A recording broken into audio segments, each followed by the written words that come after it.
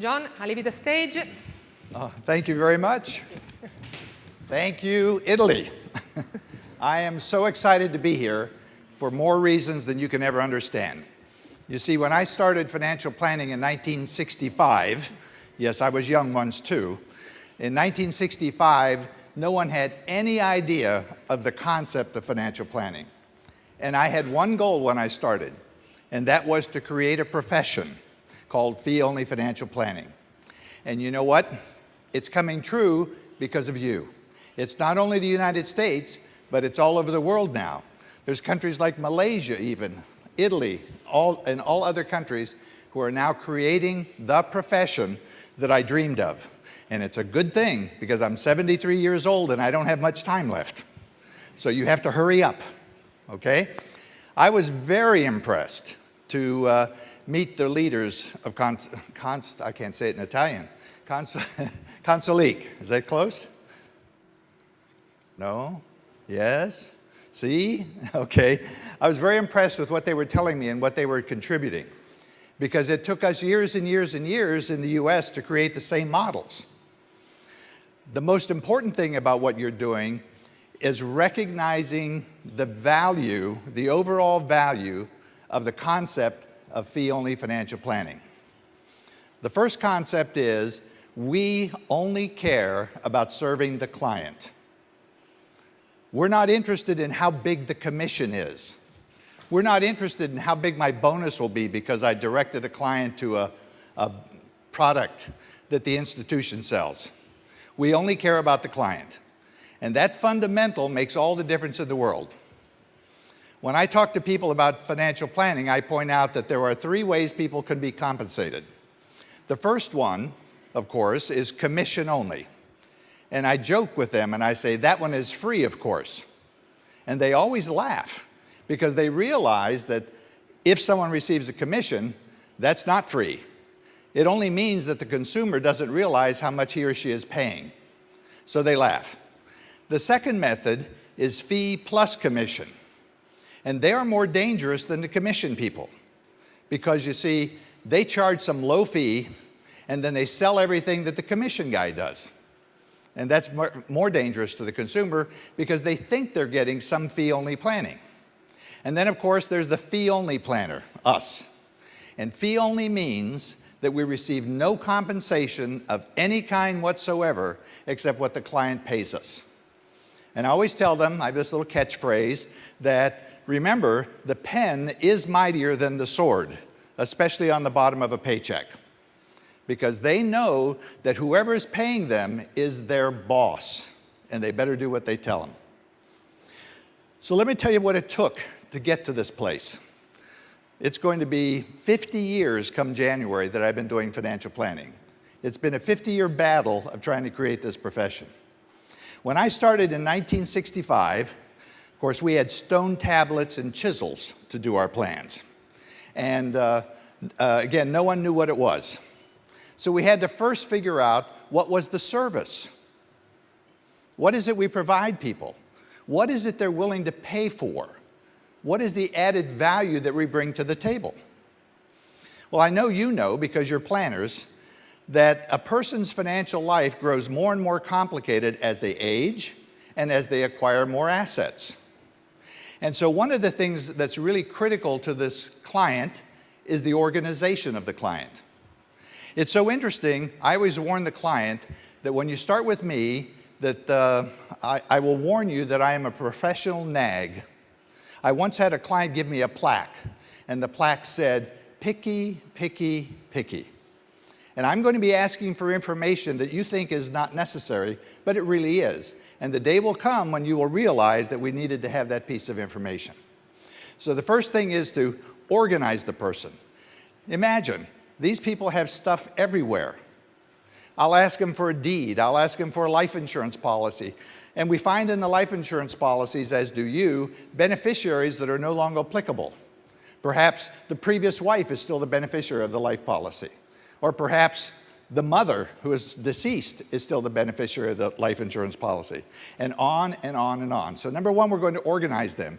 And in that organization, they're going to learn stuff about themselves. I explained in my first meeting what we're going to do is present you to you, which sounds ridiculous until you go through it. Because as you know, most consumers still don't really know who they are financially. So you have to start there. You can't grow until you know where you are, who you are. When I go to the physician, he says, get on the scale, which of course I don't want to do. And he says, you weigh X and you have to lose weight. But if I never stood on the scale, other than looking at me, he couldn't tell that I had to lose weight. So you first have to gather the information, organize it, so that you can examine it as a planner and show the client who he or she is. The second thing we have to do then is begin to find out what the goal of the client is. And the client really, in the US at least, people don't know how to set goals. I use the example, did you pick the woman to be your wife for which you had a list? And the answer is no. In my case, I met my wonderful wife of 44 years on a blind date. So, number one, it was not my goal to be married. And number two, I didn't know this woman existed. But some friend introduced us, and we were simpatico, and so very short period of time, we became engaged and we married. And we're now 44 years into a wonderful marriage. That's what happens to most people. Why did you go to school where you went to school? Well, in my case, I went to the college that I went to because my aunt lived in the city. She said I could live with her for free, and the college accepted my credits from my previous college. So most people go through life thinking they're setting goals, but they've never really had to do it. And so as a planner, what we have to do is help people understand what their goal is. What is it that they're trying to achieve? And it's different in every country. You have different issues than we have, but the core issue is still the same. What is it what most people want? They want to be secure. They want to know that whatever it is that is coming in life, they can be prepared or at least survive it. And so you have to help them solidify what their goals are.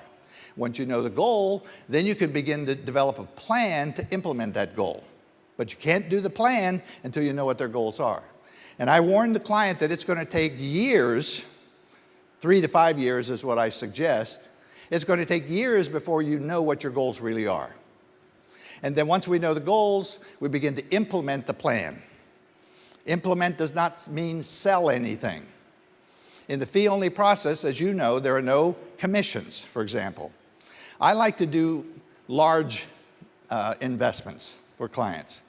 You know, I'm tired of talking about what an IRA is in the US. I don't want to talk about a mutual fund anymore. I like to talk about starting a national company. And so my role after all this time is starting businesses.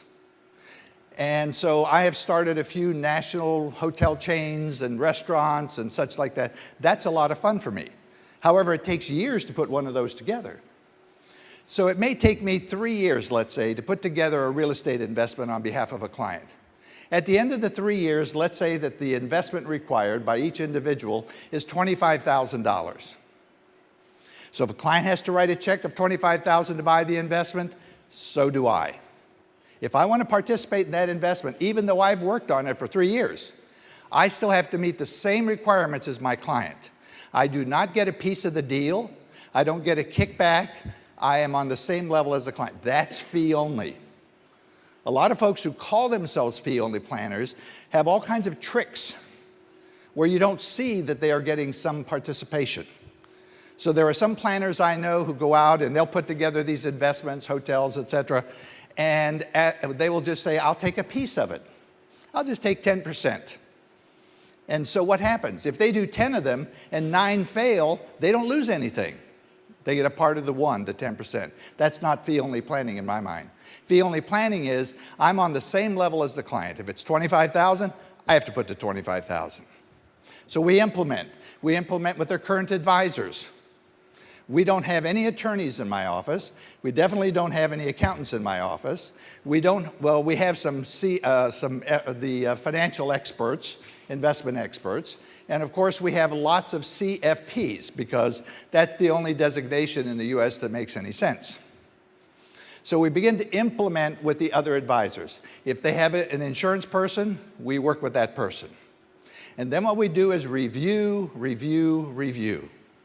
And perhaps the secret to my success is somehow I stumbled on that review process. Because what you must do to continue to have value to your client, even when the markets are not good, is have a relationship. And so I began by meeting with my clients every quarter. And every quarter I have a predetermined focus topic. So for example, right now, this quarter, we're focusing on estate planning, insurance, long-term care. I don't know if you have that here. And of course, we always deal with their investments and taxes, their net worth, that sort of thing. So we know that in this quarter, this is what we're going to talk about. Our client knows it in advance. When we meet with a client, we send the agenda in advance of the meeting. What I want the client to understand, that where we're different, is we are proactive. You see, most planners only think about their client when the client gives them a call or when the client is set up for a meeting. I don't do that. We are in contact with our clients, and this is going to scare you, but we are in contact with our clients every 2 weeks. They're either in a meeting, they have emails, they have phone conversations, or they have a meeting with some special advisor with our guidance. We are proactive. I tend to be upset if a client calls with a question. I believe I should have anticipated that question. Now that's silly, you can't really do that, but that's my attitude. So we're proactive, most planners are not. But that's been the secret, I think, to my success. When we went through the bad markets of 2008, 1987, 1990, 1994, et cetera. When we went through those markets, we lost 0 clients because their perceived value was the relationship and the comprehensive nature of what we were doing. You see, many planners think that financial planning is investing. It is not. That's only a piece of the financial planning puzzle. We are comprehensive planners. We care about all issues. We care about their cash flow. There are some clients, I have clients who make $10 million a year and they have cash flow problems. You wouldn't imagine that, but they do. I have a client who just last month, I had a concept that would save him $1 million in income taxes this year. He never found time to make the meetings that we had set up with the accountant or the attorney, with me, et cetera. Every time there was a meeting, he had to cancel. So he didn't save $1 million in income taxes this year. I had a client once who, very wealthy, and I get a phone call from him. And he says, John, I just bought a condominium in Puerto Rico. What? Because that's not the way my clients are supposed to be. He said, oh yeah, I was down there on vacation, and I thought I needed to buy a condominium. So I get the documents, because I always want the documents, and they were in Spanish, and I don't speak very much Spanish, but I could tell that he is being taken advantage of. So I managed to get him out of that. Well, a few weeks later, he calls me again. He says, John, I bought a condominium in Puerto Rico, except this one was already being built, and I couldn't get him out of this one. So okay, a couple, $3 million there. Then a little time goes by, a few months, he calls me again. He says, John, I just bought a yacht. I said, a yacht? No, you mean a boat. No, I bought a yacht. I said, why in the world did you buy a yacht? He said, well, I had to have something to get from the US to Puerto Rico. So every now and then, you have someone who doesn't follow the process. But nonetheless, he's still a client. He's still a client because he's in constant communication. Your value, the way you keep the client, is not befriending them so much. You will become friends with many of your clients, but by being in constant communication with those people. To be constantly alerting them to issues that may be coming. I know that in the US, laws are always changing, politics are always changing. There's all kinds of things going on all the time. And in the back of the mind, if the client doesn't think to talk about it, it's working in the back of their mind. And so if we anticipate that in our meeting, in our 2-week review, in our whatever, then the client says, oh, they're on top of it. And you see, what the client wants to pay you for is being their bodyguard, so to speak.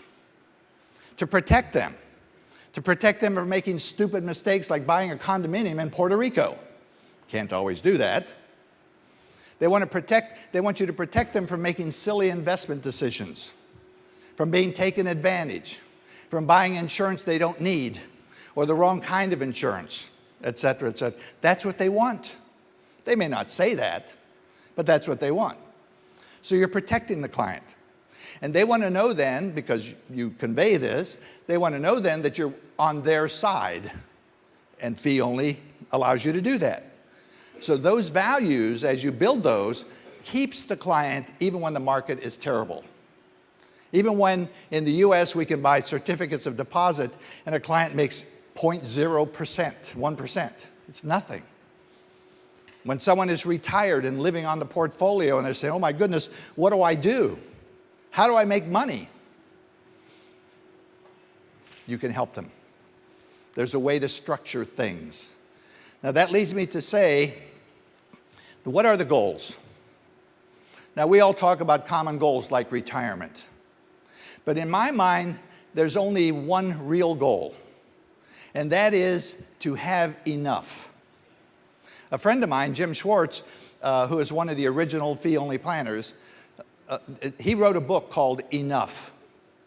And the point is that instead of worrying about making a higher rate of return or doing whatever, the goal is to have enough. Enough to do what? Whatever they want to do. If they want to take care of a family member, what's enough to do that? If they hope to retire, what's enough to do that?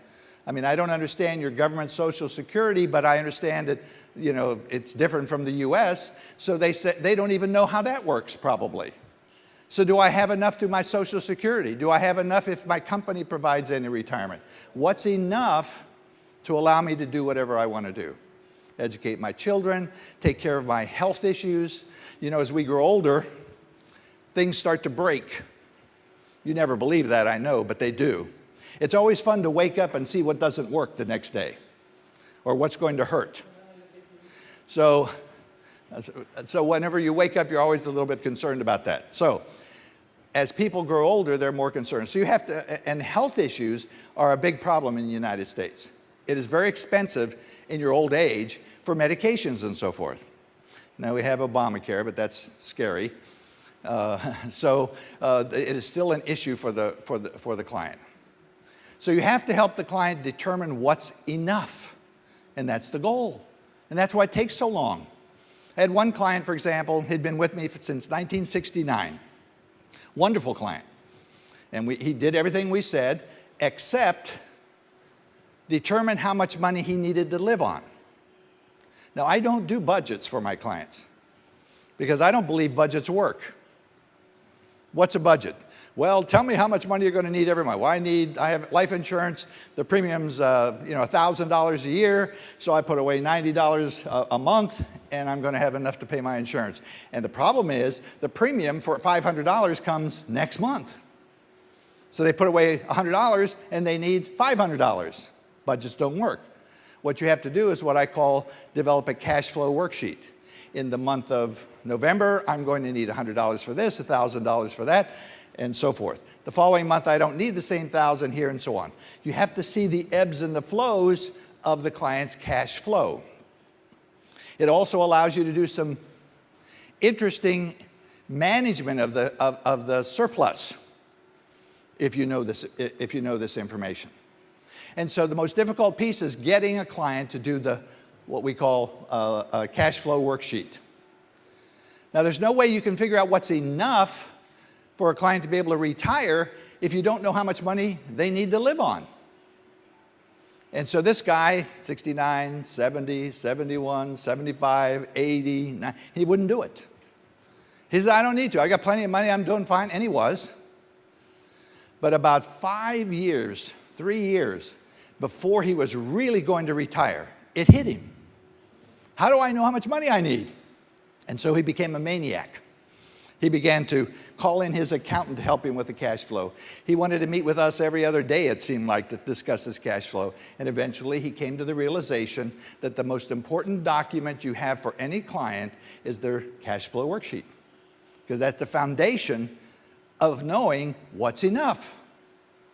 So once you know what's enough for a client, Then you can begin to work towards funding that enough.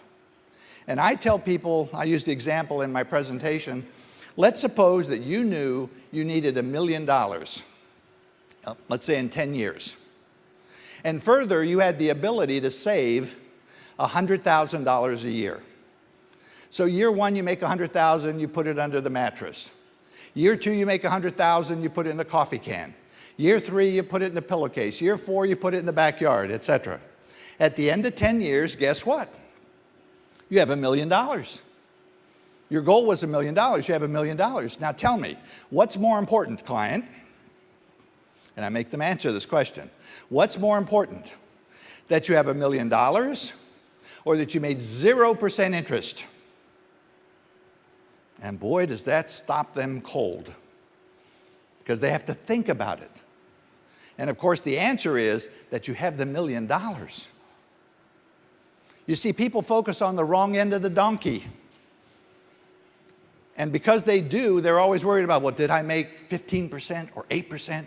And the minute your client begins to focus on that, you lose. You know why? Because now you have put yourself in the arena of investment advisors. And there are some fantastic investment advisors in the world. They do incredible jobs. And so are you going to compete with those people about, well, we made you 12.3% and he made 14.9%. Do you want to compete with those people? No. You may want to hire that person, but you don't want to compete with them. So you must get your clients' focus off the rate of return and onto what's enough to meet their goal.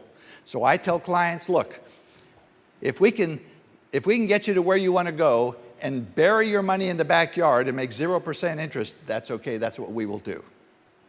We don't focus on rate of return. And yet many people, when they come to us brand new, because they read the papers, they read the financial press, and what does the financial press talk about? Rate of return. Investment allocation. Wow, let me show you my software. It is so impressive. We do this, we do that, we go inside there, we visit the offices of the mutual fund managers, we da-da-da-da-da. Well, that's all wonderful because you really do need to do that. But that's not the point. The point as a financial planner is to plan and to plan the future of the person you're serving. Well, as you can imagine, this is a pretty difficult concept to communicate. It takes a while. So when I started back in the caveman days, I not only had to explain the concept, but I had to figure out how to do this, how to charge. How do you charge someone for this? Well, I started out by saying, well, I'm going to fix a fee per month based on how many times I meet with them a year. So if I met with you every month, the fee was $100 a month. Wow, that was a lot of money back then. If I meet with you once a quarter, the fee is $50. It was ridiculous. It was just a ridiculous thing. Well, I was quickly going broke with that concept. The next concept I tried, which is very popular in the United States, is an hourly fee. That's the way accountants charge in the United States. That's the way attorneys charge in the US. And so you set a fee, $500 an hour. Well, if someone will pay that, that's wonderful, but you're going to go broke. You know why? Because number one, you cannot track every productive hour that you're spending. And number two, if you do, the client's going to be upset with you. Because when you do a 15-minute phone call with another advisor on behalf of the client, they're going to say, what is this? Why are you charging me that? Or if you're going to do one of those major investments, real estate investments, let's say, and you have to, how do you allocate that charge to all the clients? And so they get upset. An example is I had to redo my personal financial estate plan, my death plan. And I know this information. I lecture around the country to other advisors. And I had the top attorney on estate planning that there is. And he charged me about $8,500 to do my plan. Well, I still had some very tiny questions to ask him. So I picked up the phone and I said, look, it was this little minimal issue. It took about 5 minutes and I get a bill for $250. I called him a second time on another minimal issue. I got another bill for $250. You know what? I stopped calling him. And that's the problem with the hourly, because it fosters a doubt relationship with the client. They're afraid to communicate with you because if they do, they're going to get a bill. And so I had to go to a fixed fee, some way that the client would know this is the fee, you know it, I know it, etc. There's no extras, there's no surprises, this is the bill. Because I wanted to foster the idea the client would say, I'm paying that son of a gun, I'm going to get my money's worth. And again, it goes back to communication. It goes back to fostering a relationship. And the more a client calls, the better it is. I had a widow once come to me, and she met with me physically in my office every week for 1 year. And it was okay. That didn't change her fee. And until she passed, it was a wonderful relationship. So it has to be a fixed fee. So now I said, how do I determine a fixed fee? How do I determine what I should charge someone? Well, I think in my original fee-only book, I talked about having a two-part fee. One was based on income, and the other was based on the amount of investments, not the investments I manage. This is not an AUM fee. I've never used that. Because if you have an AUM fee, you have a conflict of interest. It's very subtle. But the conflict of interest is, for example, let's suppose a client has a mortgage, and the mortgage is $500,000. And the client has a portfolio of $5 million, whatever. And you're visiting over the client, and now you have to decide, should the client pay off the mortgage or leave the money in the investment so I can get my AUM fee? Do you see the subtlety there? And as a result, some advisors who charge that assets under management fee don't give total advice to their clients. So I knew I couldn't have that. So my percentage that I talked about in my book was never assets under management fee. It was what was the total number of your investments, and the fee was based on that, no matter where they were. Well, that worked well for years. But then I became disenchanted with that. And I eventually went to what I think is the best way to charge, because again, I want the client to know what it's going to cost, no surprises, and I want them to anticipate the increases. And that number was their net worth. Because after all, as comprehensive planners, what are we doing? We're dealing with everything. Should I buy a car or lease a car? Should I own the car? Should my business own the car? Whatever. So you're giving comprehensive advice. I have a grandmother I'm taking care of. How do I take care of her? Whatever the issues are that have nothing to do with investing, those are issues that as a comprehensive planner you help your client with. And so I found that net worth was the best measure. So I publish a fee schedule. When someone hires me, I say, here's my fee schedule. You know, if you have this much, the fee is that, and so on down the line. Once they hit $10 million, the fee is negotiable. And everyone says, I can't wait to get to negotiable, because they all want to have $10 million. Okay? Now, that's clear. And then I point out to the client, here's your fee, and if I'm so good, I'm going to get you where you want to go, and generally that's going to mean your net worth will increase. And so my selfish goal, client, is for my fee to increase. And your selfish goal, client, is for the fee to increase. And they agree, because they realize their net worth is increasing. So the net worth method is what I prefer. It's identifiable, it's clear. You prepare a balance sheet for a client, net worth statement for a client. Here it is, the fee is going to be based on that. You fall in this band, you know, you're between 1 million and 2 million, you're in this band, and therefore. So that's how we had to charge. Now, with all this new concept, and this is what you're experiencing, people don't like new concepts, especially the establishment. So when we started fee-only planning, there were about 7 of us in the entire United States. And we were doing our little thing. We had our little meetings. We had our basic clients. Probably cumulatively, we represented, 400 clients. We were hardly a blip on the radar. But somehow we managed as we saw the demand, somehow we managed to get to the press. And thank you. Where is she? Thank you, because the financial press is key to serving the consumer.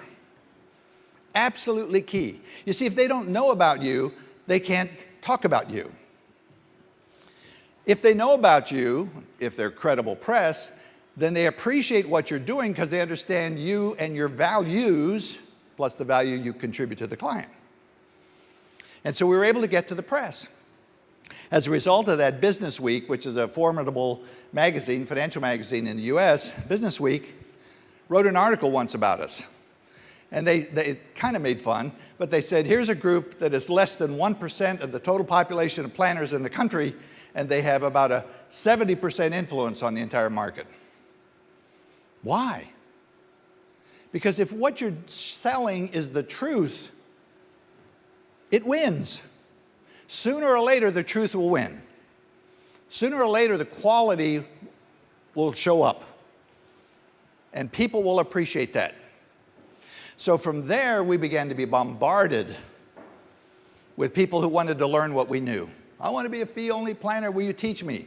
And so we had them come to our offices and we shared everything we knew. The problem was that became a burden because we had so many calls, we couldn't do any work. So as a result, three of us, Bob Underwood, Jim Schwartz, and myself, decided we were going to rent a ballroom like this, and we were going to spend 3 days. Anyone who wanted to come to learn to be a fee planner, come, and we will tell you everything we know over 3 days. I still have those original tape recordings. And we went on well into the night telling these people. And at the end of that, we're done. And a group of people, about 80 people, stood, and they're looking at us like deer in the headlights. And they said, what now? So Jim and Bob and I looked at each other and said, well, we better start a new organization for those who want to learn how to be fee planners. And so we said, Gary Pittsford, he was one of them there, you will be the president. Mary Malguire, you're going to be on the board. Mary was just beginning. She knew nothing about financial planning. She was terrified that we picked her. She's become a substantive person in the world of fee-only planning, and so forth. So we told them, we're going to form this organization, go for it. And unfortunately, I served on the board for the first couple of years to help them. And that was the beginning of NAPA, the National Association of Personal Financial Advisors. I was telling them last night that you wouldn't believe how long it took to come up with the name. There were months of board meetings where we had to decide what a good name was. And we were still not content with this name. And the reason is, it sounds a good deal like a national car parts company called NAPA, N-A-P-A. And so we didn't want to be confused with a car parts company. But somehow NAPA was started. Now prior to NAPA, when the 7 of us were trying to get going, we had similar obstacles to yours. Number one, people couldn't understand this new concept. Why would you want to do that? We've been doing it this way for 100 years. Why change? Commissions are good. AUM is good. Why would you want to change that? So as we began to make this impact, guess what happened with the institutions? The good old boys. They began to attack us. Now, I'm just a little nobody in Columbus, Ohio.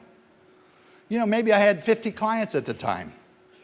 I wasn't making a lot of money. I was successful, but I wasn't making a lot of money.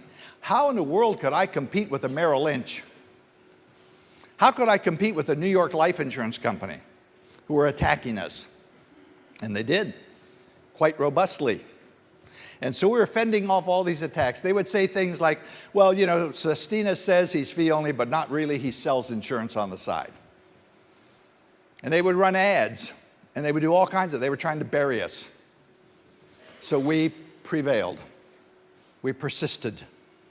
And we kept on going. Well, we finally got tired of fighting the life insurance companies. And so in a way to expose them, we formed a life insurance company with no commissions. And we so disrupted the market with this little insurance company that to shut us up, they had to buy the company from us. The insurance companies did. But it was too late for them because the word was out that there could be life insurance without commissions. And once that word was out, the rest became history. Because if life insurance could be without commissions, so could mutual funds. So could everything. And so as part of our role as a financial planner, fee-only planner, we negotiate out costs. I'll give you an idea, even with attorneys. I have a client in Beverly Hills, California, and this client has 14 companies and has a rather complex state of affairs. And so he needed an attorney. So I helped him find an attorney in another city. And as a result of having organized, knowing who he is, understanding the laws, et cetera, being a really comprehensive planner, I was able to A, to find the attorney that was appropriate for him, but B, save him $8,000 in attorney fees. There were real estate investments going on in my community that were quite popular, I'll say in the 80s, and they were being sold by brokerage houses.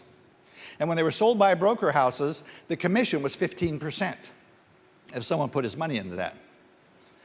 I came along, went to the promoter, the actual developer, and I said, look, I'd be interested in doing that, but I don't want any commission. So all of a sudden, more of my client's money went into the project, not just 85% of it. So what did that do? Number one, it increased the rate of return to my client. It also helped with the success rate of these deals. It turned out that most of the ones that were sold through the brokerage houses didn't work. The clients lost money. Ours all worked. And the difference was that 15% of extra cash in there. So we can negotiate out costs. At this point, much like you are, and it's so exciting to hear the size of this organization this soon. This is amazing. You may have more active members than NAFA has. It's incredible. And that's wonderful. So as you can negotiate out things. Well, we get to a place like you guys or me, where we're in the hundreds of millions of dollars of value, and we can now become an institution per se, and we can negotiate with all kinds of investors. So guess who hates us? Banks, life insurance companies, brokerage firms, mutual fund companies, everybody. No one likes the fee-only planner who's in the business. Because over the years, what have we done? We have continued to reduce the cost of buying these products for the consumer. I was telling them last night, I was asked to write a series of articles on mutual funds. And so I did. And I pointed out the difference between this kind and this kind and this kind and the cost. By the time the third article came out, the publisher said, I'm sorry, John, we can't let you write any more articles. I said, why not? They said, our advertisers are having a fit. So they didn't want to be exposed. But nonetheless, I kept going. I didn't write for that paper anymore, but I kept going. And that's the battle you have now. You are a fledgling organization. You are incredibly large for the number of years that you've been in business. And I attribute that to the leaders here who formed this company and had the vision to understand what was possible. And that's an incredible statement about these people. It's an awesome understanding to see all of you who get it, because that means you're going to have major impact on Italy. You're going to help a lot of people. And after all, isn't that what we're about? In the end, what are we about? We're about helping someone who may or may not be able to help themselves. A lot of our clients are substantial. I have investment bankers as clients out of New York. They work on this Wall Street. And why do they hire me? They know all about investing. Well, they say this, John, we know all the investment pieces, and I run all the finances in my house, but my wife doesn't. And if something happens to me, I want her to know and be a part of so she understands now, and if something happens to me, she has someone to continue the relationship with who can serve her and make sure she is well cared for. And she's not taken advantage. Because I don't know about here, but in the US, when someone dies, all the vultures come out. And they even go steal stuff out of houses. It's ridiculous. And so to protect someone at that time is very, very critical. The high net worth people appreciate that, because usually it's one member of the family that does all the financial stuff. I'm sure you know that. So the value we bring is incredible. Don't give up. The government fights us as well. Because of lobby groups like brokerage houses, they are working with the Government Securities Exchange Commission to put pressure so that Small firms like ours have to comply with the large firms, which is ridiculous. The cost is enormous. Don't give up. What you're doing is right. What you're doing is significant. And you're going to have such impact, not only in Italy, but in all the other countries of the world. Thank you for having me.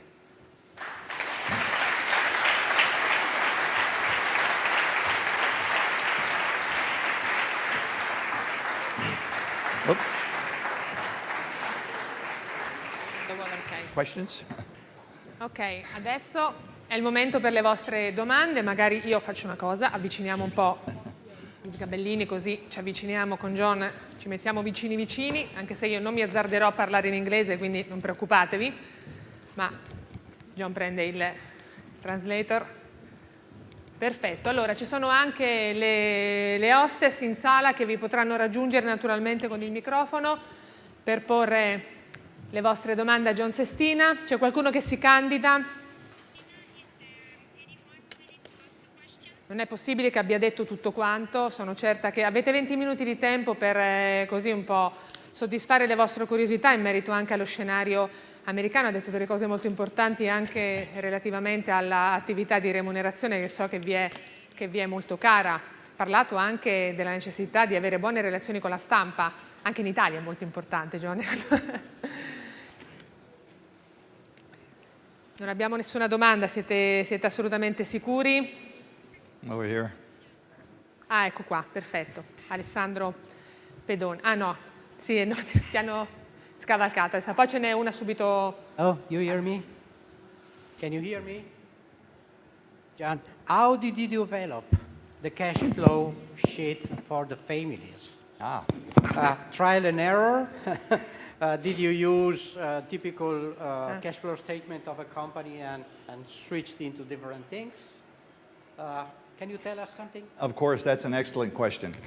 Because I was putting together investments, one of the things I recognized was if you're going to do a projection in an investment, you have to do at least year by year by year. When are you going to replace the refrigerators in the apartments? When are you going to redo the carpeting, etc.? And I saw that there were different costs, so I just translated that to the client and broke it down month by month. Because in the investments I do, the alternative investments, I require the first year be month by month, and then after that they can do year by year. So I just applied that concept to my clients.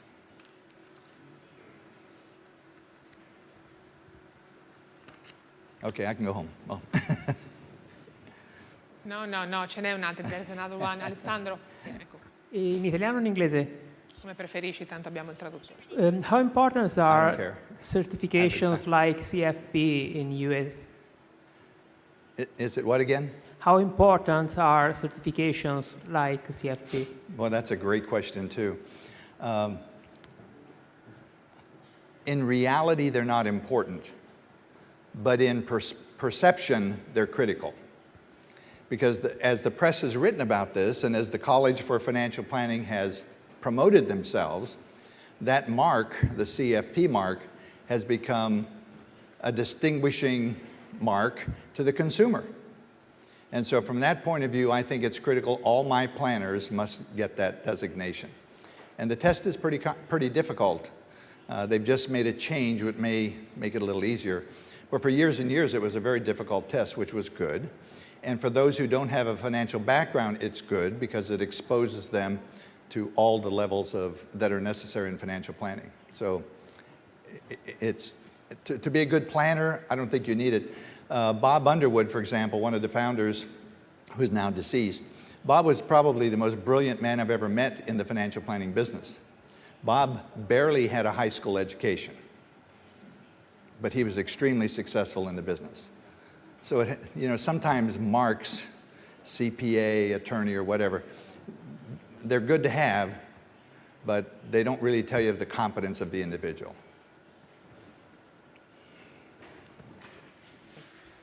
Un'altra, adesso arriva il microfono.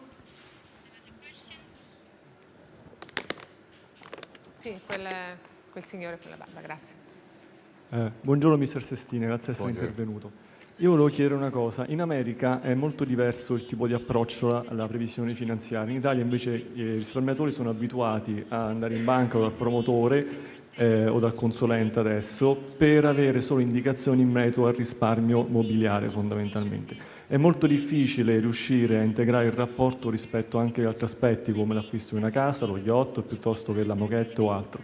Lei pensa o ha qualche consiglio come riuscire a implementare questa visione più globale all'interno del rapporto clienti? Well, in the US, they do that as well. Major banks in the United States now all do financial planning. Do you believe that? Do you believe they can do a really good job? Of course not, because if nothing else, they're a large bureaucracy. And I know one of my employees who I had let go because he wasn't really good enough is now working for one of the major banks in the Columbus area, doing their financial planning. God help his clients, okay?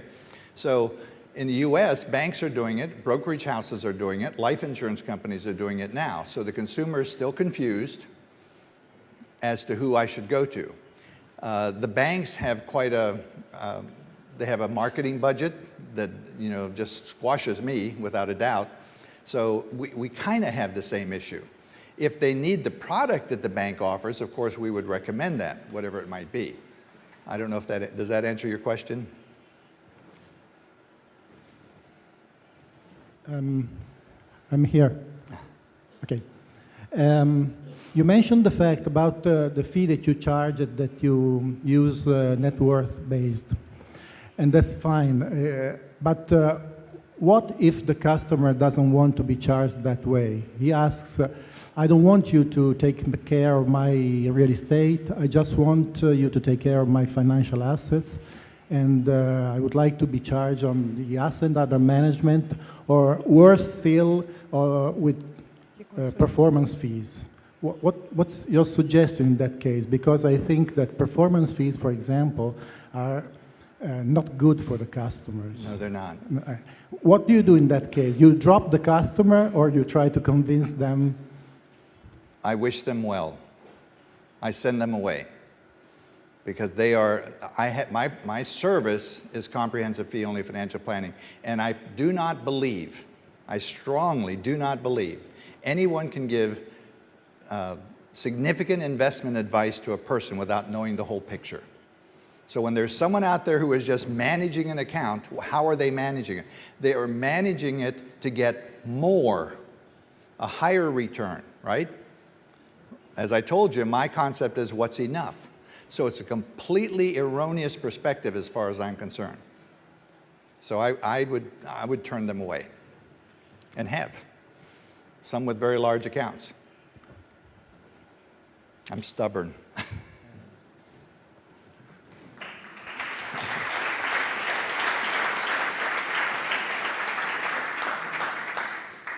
Alla sinistra ha Ciao, qualche curiosità? Ciao John, just a quick question about technology. How important is technology in your daily activity? And what do you think will be the impact of the revolution we are seeing on the technology side?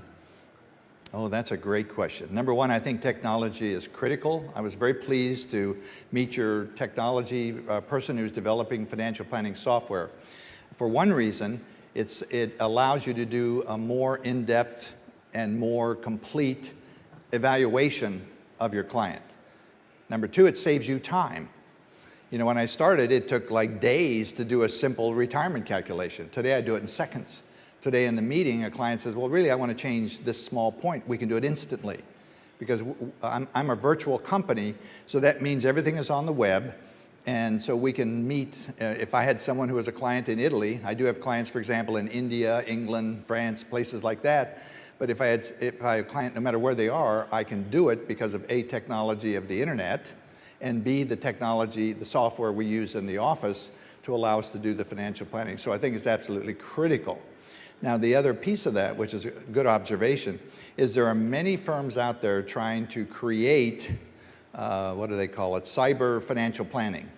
I think that's what they call it, which means a client can go to a website, enter his or her information, and create a financial plan. Well, if you've done this for any time at all, you know that'll never work. I mean, they'll do it, and that company may make money and they will have clients, but it doesn't really serve the client because, again, the relationship, the understanding of the family, knowing what they really want and what they really mean, and being able to guide them according to their values can't be done over the internet that way, not through a machine. So, but that's, I don't know if it's here yet, but it's big in the US. Remember Cheryl Garrett came to me and she wanted to start such a company. Cheryl's concept, she's a wonderful lady. Her concept are a little different from mine. And so she wanted to start this virtual site. She wanted me to invest in it. And I know she launched it. I don't know if it's been successful or not, but I know she launched it. She may get customers. She may make some money. I think that's wonderful. But I don't think it really serves to what I believe to be financial planning, which is for the betterment of the client. And you need that interaction. There are some clients I have never physically met, but nonetheless, we have physical interaction over the internet. We use like GoToMeeting. I don't know what you have here, but GoToMeeting, so we can see each other. We can talk. I can show them I can hook them up and we can do the presentation as if they were sitting in front of my office, in my conference room. So technology, you must be on the cutting edge of technology. You must be. Because the consumer is expecting, especially now, the younger generations, and they're going to have all the money. So those who are 25 to, let's say, even 45, that age group, they're sitting there, they're doing their text messages, and they don't want anything to take less than half a second. So if they ask a question, they expect you to be able to answer it instantaneously. So with software, boom, bang, right? And in our case, our clients can access that software anytime they want. Whether it be about their investments 24/7, they see everything they want to see about their investments. They want to know the rate of return for the last 3 days, they can see that. They want to know what, since they set up the account, they can see that. They want to see how much more money they have to save to meet their education goal, they can see that. And they can actively go on the websites that we have and participate in that. So you need to do that. These people expect it to be instantaneous. The other thing that's changed in my business is when, in the old days, you could have an office open from 9 to 5, and you would not expect to have to work after 5 or 6 o'clock. Well, today, just like I see all of you out there, I'm checking my email and my text messages and everything else because my clients expect 24/7 service. It doesn't matter that it's Sunday afternoon at 2 o'clock. If they have a question, they contact me. It's many a night I'm home trying to relax, and I get a text message or even a phone call from a client, perhaps on the West Coast, where there's 3 hours time difference. I don't know where I am now for time. I'm so turned around. And I go from here to California, so I'm going to be really in trouble. But it doesn't matter what time it is. They expect if they have a question, they want a response right now. So technology is critical. Check. Hi, John. Thank you for your time and your advice. I'm here. Okay. I have two little questions, both about fee. I will come back on the real estate because Italians are good savers, but they historically preferred real estate because it's safe, because it's long term. And I have clients who have 80 or 90% of their net worth in real estate. So it could be difficult for now to apply this net worth fee. And in this case, what would you do? Would you advise them to balance their worth towards financial assets? Or maybe you have some advice on what to treat them, these kind of clients? And the second question is, do you think it's effective to apply free services at the beginning, like pre-analysis for free, or this could lower the level of your advice, your professional offer? Okay, let me take the second one first. If someone thinks they want to become a client, what they have to do is call my office and set up an appointment to see me. But before they do that, they get a link to my questionnaire, and they fill it out on the web, and that has to be done before the meeting. If they don't do that, we don't meet. Because I've learned that people have to be serious about their plan.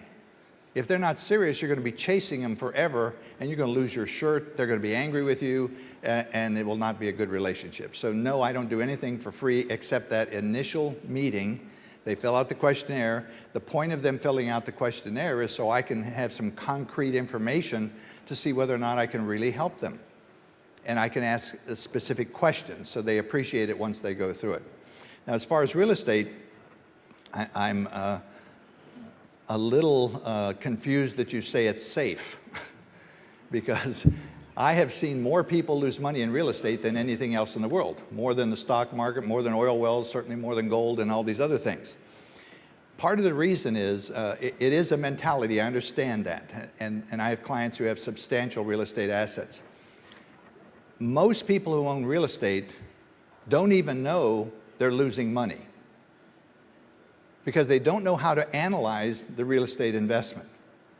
So we have real estate analysis programs whereby somebody says, well, I have these 8 apartment units and I'm excited. I had recently a brand new client who came in and they thought they were going to make their fortune in the real estate business, you know, with real estate investments. And so they had, I'll say, 4 properties. And when they brought them in and we analyzed them in preparation of the meeting, when I met with them, my advice was sell them because they were losing money and didn't even know it. So if you don't know how to analyze real estate, that's an issue. But let's say they are good properties and these people are doing well and they're very experienced in the real estate, and it's almost not an investment, but rather a business for them. And I have some clients that are in the business of investing.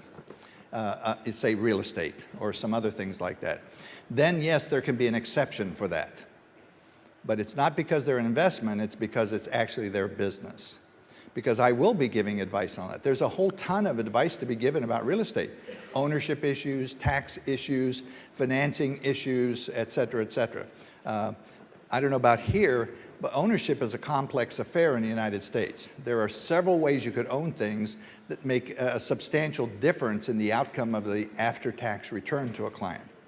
So I hope that helps. So I wouldn't accept it, exceptionalize it if it's a real estate investment. If they have substantial real estate, you're talking about that $10 million range, and so yes, their fee is negotiable. I hope that helps, wherever you are. Abbiamo ancora 3 o 4 minuti, quindi se avete ancora altre domande le raccogliamo molto volentieri. Eccoci qua, abbiamo il microfono da questa parte. Molto bella la domanda sul tema immobiliare. Hi John, you mentioned before that you have a link on your homepage that the customers has to fill out before they come to the first meeting. Is this a public link? Can we see this question, or is this I'd be happy to share it with you. I think it is a public link on my website. I haven't looked recently, but generally when the person calls, the secretary will email them a specific link to their protected questionnaire. So I think I think there is one you can click on, and once you click on it and set your own password, then it's protected. Yeah. So go look. If it's not there, Luca, please email me, and I'll be happy to share it with you. Okay, thank you very much.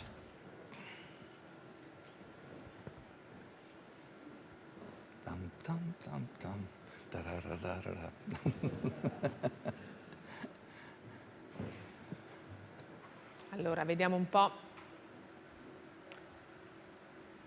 Forse stiamo andando già verso la conclusione, abbiamo terminato con le domande. Magari ne faccio una io per concludere a John Sestina, perché è molto interessante l'argomento che ha affrontato relativamente all'investimento per obiettivi, che sapete bene non è facile da fare questo percorso con i risparmiatori italiani, è un tema che abbiamo affrontato molte volte. Noi abbiamo come approccio, come risparmiatori, John, un approccio del tipo andare in banca e chiedere all'impiegato dammi il prodotto che mi rende di più.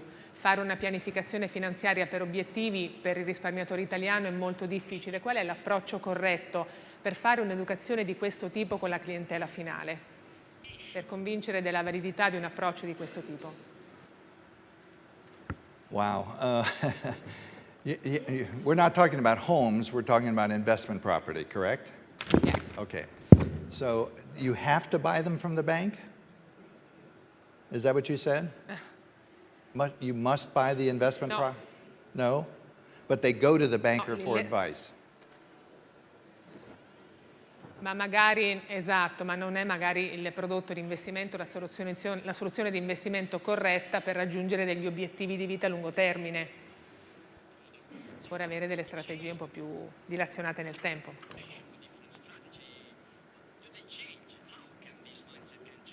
Okay, an excellent point. What you can do is take one of the properties that one of your client already owns and anonymously analyze it and publish your findings. It would be a wonderful article of education to the consumer to know what to look for in a real estate investment. What's positive, what's negative, what's beneficial to them, etc. In the US, for example, many people believe that real estate is a good tax shelter. It is no longer a good tax shelter because of all the tax laws that have changed over the years. I don't know about the Italians, but the Americans get stuck. We have some people that come who are still living in the 1990s as far as taxes are concerned. And they don't realize the difference that what they own makes now, how capital gain taxes are different, how dividend taxes are different, and so on and so forth. So I would take a property that you have with a client that has some problems in it, and I would publish an educational article saying, here's what to look for when you evaluate real estate. And then the banks will shoot you, but you still go on. Does that help? È un po' difficile qua in Italia, però insomma voi ci state provando. Allora, se abbiamo terminato con le domande, ecco sì, abbiamo ancora in fondo alla sala altre curiosità, grazie. Sì, molto velocemente, un caso reale che mi ha lasciato un po' perplesso, perché ho una parente stretta che vive negli Stati Uniti e ha dei soldi presso Wells Fargo, la banca d'affari, e l'anno scorso non è stato soddisfatto dell'investimento immobiliare e ha chiesto di guadagnare di più quest'anno. Poi mi ha sottoposto le simulazioni che gli ha fatto la banca e lì sono rimasto perplesso perché ho visto, penso di poterlo dire, insomma, la simulazione era fatta attraverso piattaforma Morningstar e sembra addirittura che il consulente fosse un indipendente. Ora, se le cose stanno così, e chiedo conferma se negli Stati Uniti può avvenire una cosa del genere, mi chiedo che fine fa poi questo conflitto di interessi, diciamo, che noi tentiamo di cacciare dalla porta e che poi rischia di rientrare per la finestra. Well, if an independent planner is using Wells Fargo, you can almost be certain he is not a fee-only planner, okay? Because they would be using Schwab, TD Ameritrade, et cetera, Fidelity, and other brokerage firms that don't have an axe to grind. So that's part one. Part two is if you analyze the portfolio and you show that it's not performing well or it's not organized well, it's not allocated properly, then that's an easy distinction for you to make. Those kind of planners continue to be a problem in the United States because they call themselves fee-only planners, but they really aren't. In fact, the College for Financial Planning has now begun to clarify in their listings people who are really fee-only financial planners. And in fact, they've sued one major financial planning firm in the US who had claimed to be fee-only, but they really weren't. It's a big problem for them in the United States, but again, it's trying to clarify. We still have a long way to go in the US to educate the consumer as to what real fee-only financial planning is. Okay. Bene, io direi che dobbiamo andare verso la chiusura perché abbiamo ancora diversi appuntamenti, però prima di salutare John Sestina, che naturalmente ringraziamo con un applauso per il suo intervento lungo, articolato, molto efficace e molto interessante. Forse abbiamo adesso, John, can you wait for a few minutes, please, because we have an award for you. Uh-oh. Eccoci. Surprise. Chiamo il presidente Cesare Armellini per la premiazione. Esatto. Se vogliamo intanto portare dentro il premio. Ecco, io volevo un attimo raccontarvi il premio che vogliamo dare, che un po' ci seguirà quest'anno. Noi volevamo dare a John Sestina,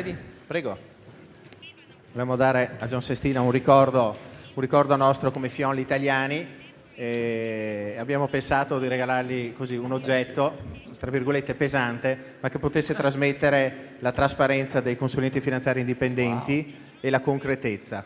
Ecco, per cui l'oggetto che vedete in questo momento anche dietro di voi è un pezzo unico di resina particolare, molto trasparente, con all'interno dei ciotoli bianchi di marmo di Carrara. Ecco, per noi questo è un omaggio particolare che diamo a John Sestina. Lo abbiamo anche personalizzato sul retro in modo particolare, perché abbiamo fatto un fiolo italiano, perché così quando lo vedranno in America si ricorderanno sempre di noi. Grazie John. Avete mosso anche un po'. Thank you very much. Oh.